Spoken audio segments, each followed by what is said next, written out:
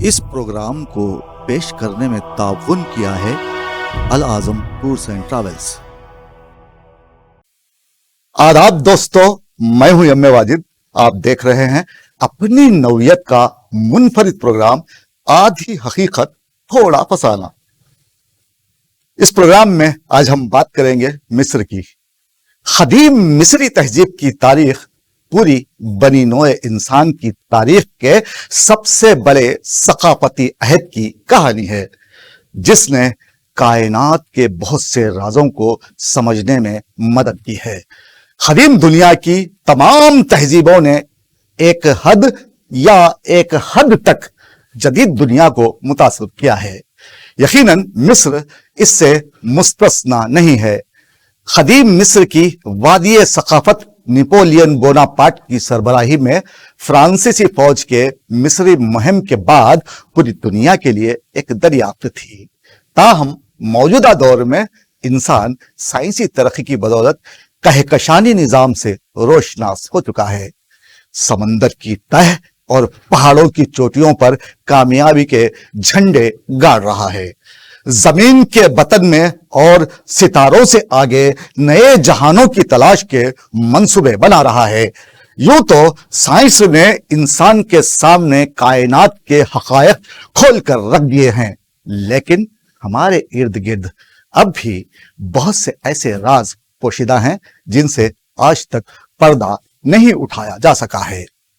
آج بھی اس کرۂ ارض پر بہت سے واقعات رونما ہوتے ہیں۔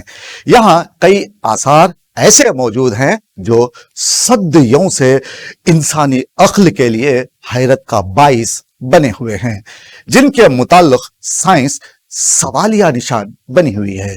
ایسے ہی کچھ حیرت انگیز سچائیوں کا آج ہم تذکرہ کریں گے ہمارے اس پروگرام آدھی حقیقت تھوڑا فسانہ میں۔ مصر کو قدیم تہذیب کا گہورہ بھی کہا جاتا ہے۔ مصر میں موجود تاریخی آثار پوری دنیا سے سیاحوں کو اپنی جانب کھینچتے ہیں۔ مصری حنوط شدہ لاشیں یعنی ممیاں پوری دنیا میں مصر کی پہچان ہیں۔ اس ملک کو فرعون اور حضرت موسیٰ کے حوالے سے انسانی تاریخ میں خصوصی مقام حاصل ہے۔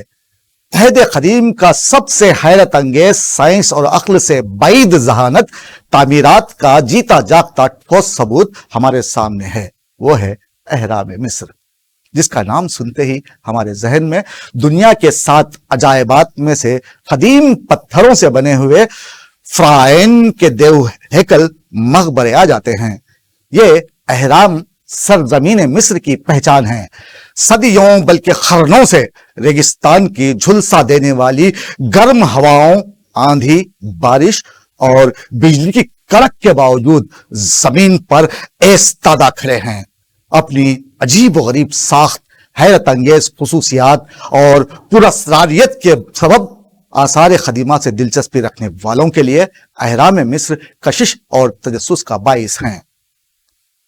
جہاں بڑے بڑے پتھروں کو عمدگی کے ساتھ بلندیوں پر جڑ دیا گیا ہے، جسے دیکھ ہر کوئی قدیم مصری تہذیب کے کاریگروں کو داد دیے بغیر نہیں رہ سکتا۔